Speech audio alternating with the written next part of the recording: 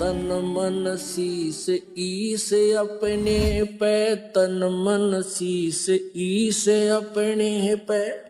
पहले में चोट चढ़ावे जब कोई राम भक्त गत पावे हो जी। इन मूर्खों ने ये भी नहीं मालूम कि संत कैसे होते हैं। वो बहुत सियाना बनकर अपने मन के अंदर अंदर ये विचार कर रहा है और सोचा है कि मैं अच्छा बेवकूफ सो, छोटी सी बात को सुनकर आंख मीच के 500 किलोमीटर यानी 150-200 मील चले आया और देखियो मेरे को महात्मा मिला। अपने अंतःकरण को कोस रहा है, अपनी आत्मा को कसोट रहा है कि मैं महामूर्ख हूं। किसे होके कहने से और सच मान के इतनी दूर धक्के खाने आ गया। मेरे आज खूब खोटे लगे। अब बंदी छोड़ तो अंतर्यामी थे, उन्हें पहले पता था कि इसके मन में क्या धारणा आली। तो सभी वहां पर जो बैठे मौजूद भगतजन थे उनको सबको भेज दिया किसी ना किसी कार्यवश, और आपको अपने आप को कहने लगे कि मेरे लिए एक बाल्टी पानी की रख जाओ, मैं स्नान करूंगा। तो भगत जियों ने वहां के जो सेवक थे एक बाल्टी पानी की रख गए और महाराज स्नान करने लगे अपना धोती बांध के। स्नान जब कर लिया तो स्नान करने के बावजूद जो सूखी धोती थी दूसरी धोती बदली, तो महाराज जी ने एक उंगली का ऐसे दूर कर ली, हाथ से न्यू कर लिया। ऐसा महसूस हो रहा कि जैसे इसका कोई चोट लगी हुई है। राम राय वहां पर बैठा था, उसको कहने लगा भाई राम राय। प्रथम तो महाराज ने नाम भी नहीं पूछा था उसका कि तेरा क्या नाम है, और उनका स्वाभाविक नाम ले दिया कि राम राय एक बार आना भाई, मेरे हाथ का चोट लगी हुई है और मेरी यह धोती बांध दे। धोती के ऊपर एक और धोती का हिस्सा जिसको अड़बंद कहते हैं रोहतक की भाषा में, हरियाणा की यानी ये 3-4 जिला में तो ये अड़बंद कैसे, यानी धोती के ऊपर का जैसे समझ लो एक अलग से कपड़ा बांध ले, लेकिन वो कपड़े का ही एक हिस्सा मजबूतीकरण की खातिर बेल्ट की तरह बांधा जाता है। तो वो कहने लगा इस मेरे अड़बंद को आप अपने हाथ से बांध दीजिए, मेरा हाथ काम नहीं करता। अब वो उठ करके और धोती का ऐसे कपड़ा बांध रहा है तो वह धोती महाराज के शरीर के अंदर से निकलकर और उस धोती के हिस्से का गांठ लग जाती है।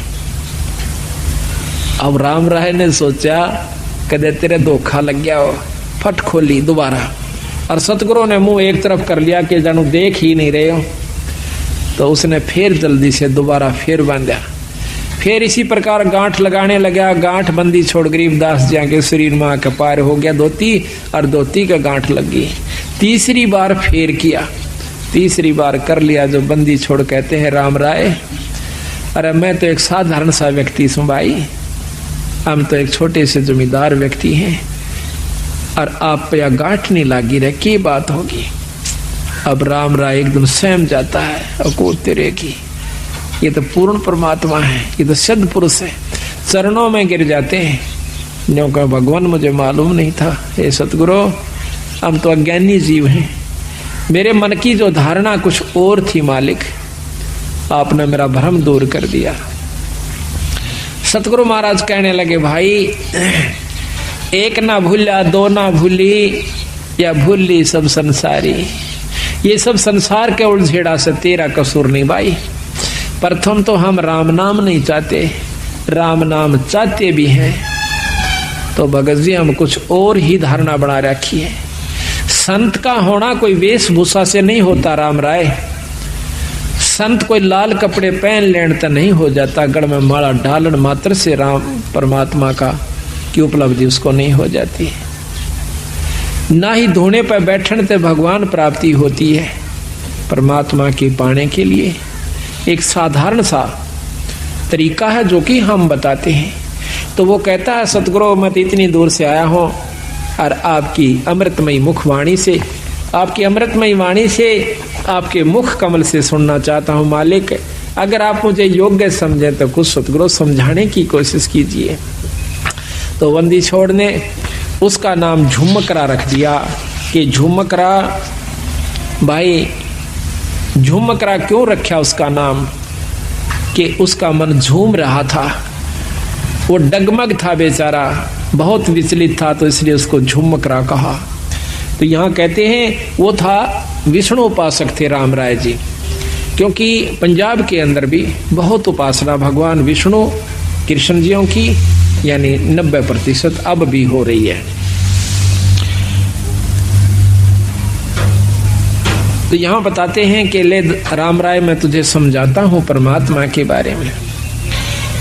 अथ झुमक रे, पृष्ठ नंबर 670, सतगुरु गरीबदास महाराज की वाणी के ग्रंथ साहिब का पृष्ठ नंबर 670।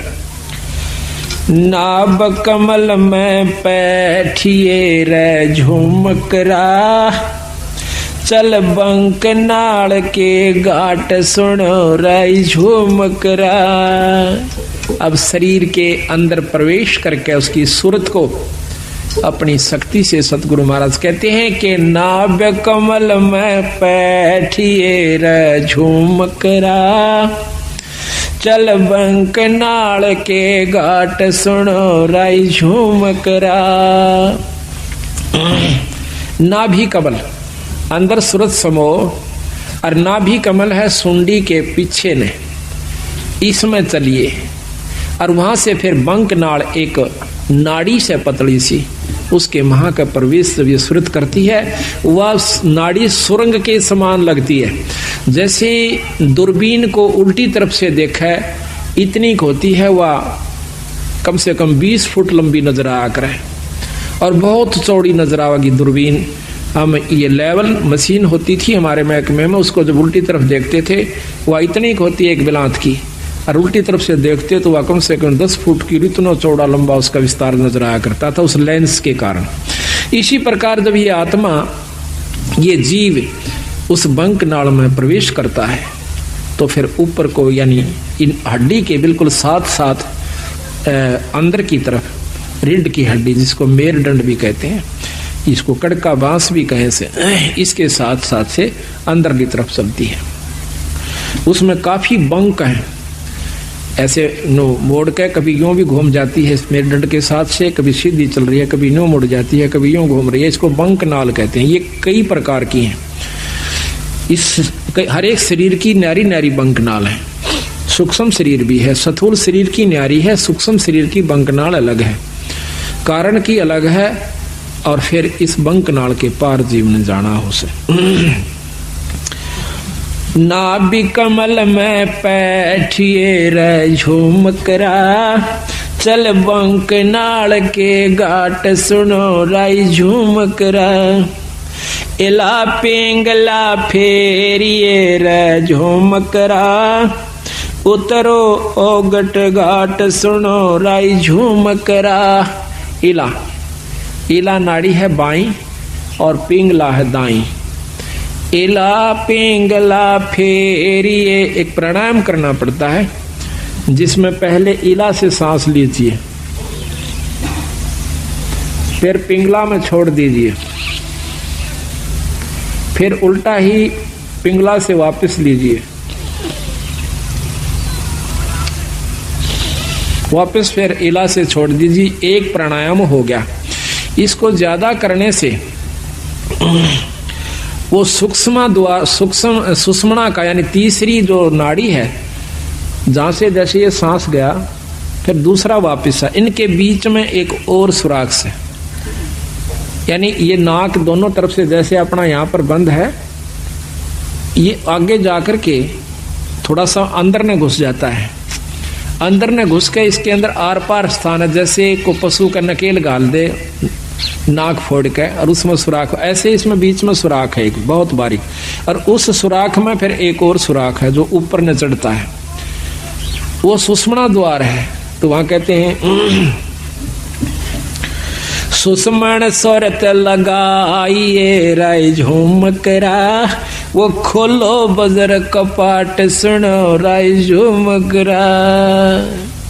अंदर जो वस्तु है वो वहां से शुरू होगी, वो अंदर बजर कपाट से, और वो सतगुरु के नाम की कृपा से खुल सकते हैं। योगी लोग अपनी साधना से खोलते हैं, बहुत वर्ष बीत जाते हैं और नाम की कृपा से, सतगुरु की रजा से इस नाम का इतना प्रभाव होता है, अंतःकरण साफ होकर ये रोम रोम करनाने लग जाएगा। आत्मा समय समय पर रह रहकर ईश्वर को रोना शुरू कर देगी। तो समझो आपका